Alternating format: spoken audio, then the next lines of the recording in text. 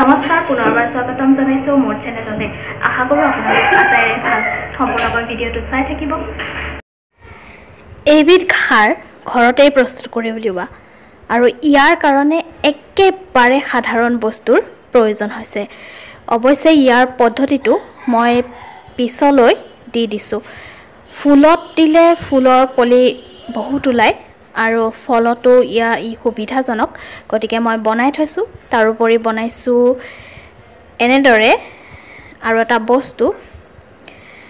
হেতু হৈছে এইটো একদম সাধাৰণ বস্তু দি বনাইছো ইয়াৰো মই পদ্ধতিটো মই পিছত দি থৈছো সম্পূৰ্ণকৈ ভিডিঅটো চাব এনেদৰে জোখ অনুপাতে 2 লিটাৰ পানীত মই 1 কাপ দি দিছো এনেদৰে দি আপুনি ফুলত দিব পাৰে ফলত দিব পাৰে সকলোতে দিব পাৰে শাক পাচলিৰ গছত দিব পাৰে মুঠতে সপ্তাহত এদিন দিব লাগে বা 2 সপ্তাহৰ মূৰত এনেদৰে দি থাকিব লাগে এইখিনি ফাৰ্টিলাইজাৰ বনাবৰ কাৰণে আমাক লাগিব কলৰ বাকলিত যেহেতু ফসফৰাছ থাকে গতিকে ই গছ-গছনিৰ কাৰণে খুব উপকাৰী এইটো তৈয়াৰ কৰিবৰ কাৰণে 2 লিটাৰ মান পানীত কলৰ বাকলিখিনি একেবাৰে লো ফ্লেমত ৰাখি পাগ অহালৈকে অকনমান 1 ঘণ্টা 1.5 ঘণ্টা মান পগাই থাকিব লাগিব তাৰ পিছত ৰেডি হৈ যাব সেই ফাৰ্টিলাইজাৰ এতিয়া শুকান খাৰখিনি প্ৰস্তুত কৰিবৰ কাৰণে পেলনীয়া বাকলি ব্যৱহাৰ কৰিছো মই আপোনালোকে যিকোনো পাচলিৰে ব্যৱহাৰ কৰিব পাৰে ইয়াত মোৰ আলু কল তাৰ পিছত কেঁচা আমৰ বাকলি আৰু তৰমুজৰ বাকলিও আছিল এই গুটেইখিনি একদম সৰু সৰুকৈ কাটি লৈছো যাতে শুকুৱাত অসুবিধা নহয় বেছি ৰ'দ দি থাকিলে 2-3 দিনতেই শুকাই যায় কিন্তু ৰ'দ কম হলে অলপ দিন লাগে এনেদৰে মই সৰু সৰুকৈ কুটি ললো যাতে শুকুৱাত সুবিধা হৈ পৰে আৰু তাৰ পিছত দি দিছো এয়া ৰ'দত এনেদৰে পাতলকৈ মেলি দিছো যাতে শুকাবলৈ সুবিধা হয় এইবোৰত বহুতো গুণ থাকে হেতু কাৰণে এইবোৰ খাৰ হিচাপে প্ৰয়োগ কৰিব পাৰি আৰু বহুতো ৰকমৰ বনাই কিন্তু এনেদৰেও বনাব পাৰি বহুত ভাল হয় গছ আৰু ফুলৰ কাৰণে আৰু এটা বস্তু বনাইছো নিজৰ হাতেৰে কিনিবও পাৰে কিন্তু যেহেতু সহজ পদ্ধতিটো হেতু কাৰণে নিজে তৈয়াৰ কৰি ললো আৰু আপোনালোকক দেখাও চাওক ইয়াৰ কাৰণে বিশেষ একো বেলেগ বস্তুৰ প্ৰয়োজন নাই লাগিব কেৱল এনেদৰে নাৰিকলৰ পেলনীয়া অংশ অৰ্থাৎ বাকলি নাইবা বাকলিটোৰ ভিতৰত যিখিনি আহ থাকে সেইখিনি আৰু এইখিনি বস্তুৰেদি আমি এতিয়া কি বনাও চাও আহক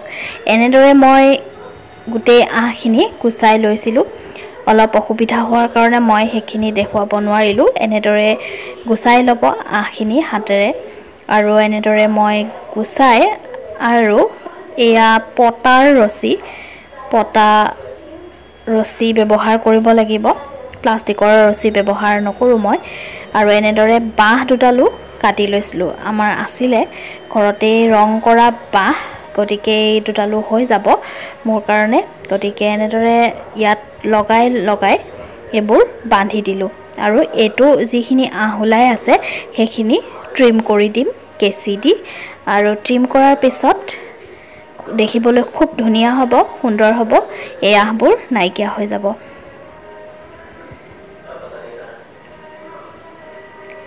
একদম সহজ এয়া ঘৰতে প্ৰস্তুত কৰি ললো ইয়াত মই কি দিম দেখাই আছো আপোনালোকক চাই থাকিব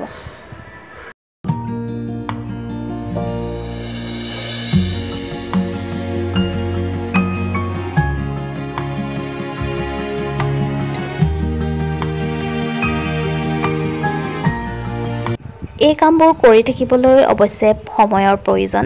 যেহেতু এতিয়া লকডাউন গতিকে কৰিব লগাটো বিশেষ নাই হেতু কাৰণে এইবোৰে কৰি আছো অৱশ্যে কামবোৰ কৰিলেই নহব তাৰ যত্নও ল'ব লাগিব আৰু গতিকে মই এনেদৰে মানি প্লান্ট লগাইছিলো আৰু সেইবোৰৰ যত্ন মাজে মাজে লৈ থাকো এইবোৰ কৰি সঁচাকে বহুত ভাল লাগে সেইটো কাৰণে ভাবিলো আপোনালোককো দেখুৱাও ইয়াৰ এতিয়া পানীটো চেঞ্জ কৰিম কাৰণ পানীটো বহুত দিন হ'ল চেঞ্জ কৰা নাই গতিকে চেঞ্জ কৰি লওঁ এটো চেঞ্জ কৰিলো এতিয়া ভাল লাগিছে না সঁচাকে বহুত ভাল লাগে সেইটো কাৰণে মই ৰাখি থৈ দিছো কাৰণ নতুন নতুন পাত ওলাইছে এইবোৰ বহুত ধুনিয়া লাগে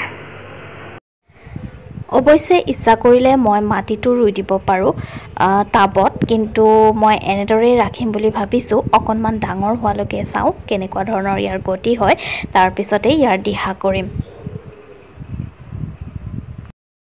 এটো এটা কৰিছো গ্লাছত এয়া পাত ওলাইছে শিপা ওলাইছে গতিকে এটোৰ পানী খলাব লাগিব ধুনিয়া নতুন নতুন পাতো ওলাইছে ইয়া সৰু সৰু নাজানো এটো মই মাটিত দিম নে গ্লাছতে ৰাখিম মই ভাবি আছো এতিয়াও মই ঠিক কৰিব পৰা নাই গতিকে এটো পানীটো খলাই লওঁ ইয়াত কেৱল ফিল্টাৰৰ পানী দিছো আৰু আধৰুৱাকে ৰাখিছো এবাৰ কেৱল তাৰ যিখিনি শিপা আছে সেইখিনি কাৰণে আৰু এয়া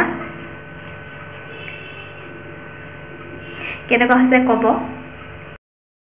আজিলৈ ইমানতে অন্ত কৰো ভিডিওটো যদি ভাল লাগিছে তেতিয়াহলে লাইক কৰি দিব আৰু শেয়াৰ কৰিবলৈ নাপাহৰিব